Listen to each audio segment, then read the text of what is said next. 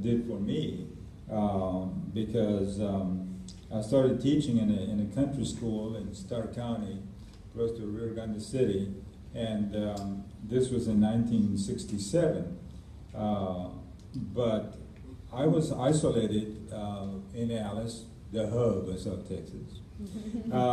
Anyway, and because my mom was very conservative, almost like fanatically conservative, I remember that one time I heard the word bato in the schoolyard, and so I went home and told my brother, "Orale vato," and my mom came in and said, "Aquí no hay nada de vato."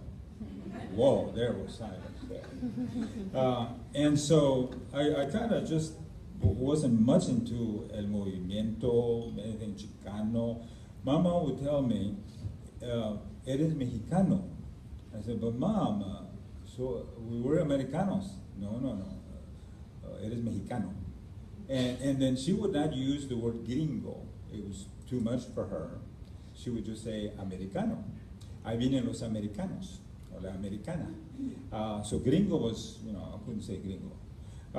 Same thing with, and I mentioned this because we talked about language, that we didn't say huevo, we would say blanquillo. And then I made a connection somehow, because one time it slipped out of her tongue and she said, "No, hombre, ese hombre es mi huevón." And my brain just went like, whoa. He's not very blanquillo? So the Movimiento for me has been all about language. One time I was well, let me read this before I forget. It says, this is the little booklet, and like we mentioned, the Movimiento also was about, well, ain't nobody gonna publish me, so I'm just gonna put it together. And so at the wheel of a blue Chevrolet, and on the cover it says, "Alice, America, your one-stop city. Welcome to Alice, hub city of South Texas." Like any little town, they have an inferiority complex. So they had to say, "Alice, America," not Texas, but America. And we even had a sign, because we would go shopping, of course, in Corpus, so or whatever the geography, right? And there was a sign about 7 miles out of Alice. They had a big curve, going back to Alice, and it would say, "Are you sure you couldn't find it in Alice?" I said, whoa. So I looked up the word audacity in the vocabulary book that I had. But this is the very short poem. Upon reading Jose Vasconcelos' theory of the cosmic race, when I found out that I belonged to the cosmic race, I went shopping for a galaxy. And I always felt that you had to have a sense of humor, because I realized that a lot of the Movimiento was very serious, and I don't know, it wasn't out of disrespect or anything, but I always wanted to find the humor in this whole thing. But we all stand on the shoulders of giants, and so my mom and dad, I honor them with what I will read this evening. And At the Wheel of a Blue Chevrolet is about how one day I was so bored, and across the street was a blue 1953 Chevrolet. And I said, I wish I could get in that blue 1953 Chevrolet and go to Alice. I was homesick for mom's tortillas.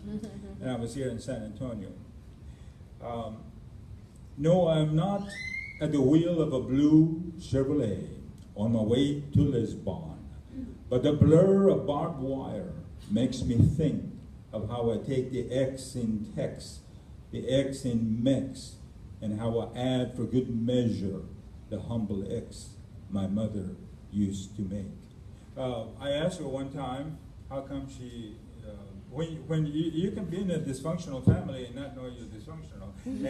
And so I thought all moms made X's inside their names, and that the son would step up and write the name. And then it dawned on me that my mom is totally illiterate, could not speak, could not read nor write in English or Spanish.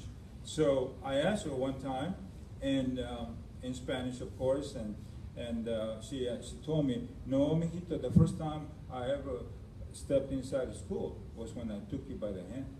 Mm. And so, mother never read to me. No, mother never read to me. The first time she ever saw the inside of a school was when she took me by the hand. No, mother never read to me. She was more into the blue indigo of Monday morning laundry with Radio Jalapeno on her windowsill. She was more into the sizzle of cominos and picadillo plates. More into the grip of an early morning broom sweeping dust balls across linoleum floors. Oh, mother never read to me. She was more into standing by her ironing board under a single light, pressing sleeves and cuffs late into the night. No, mother never read to me, but in her eyes I could see that her dreams were puffs of past cotton fields. And she told me this just so incredible story, that she was a sharecropper's daughter, and the owner had two daughters, and they would go to school. And she says that she remembers very vividly hearing the little black buggy that would be coming by her kitchen window. And she would run to that window to get a glimpse of the two little girls in frilly dresses with satchels going to school. And all she saw were the rows of cotton where she would be working. Because so much of our Movimiento is about education. And that's another thing. When I came to San Antonio in '74 to John F.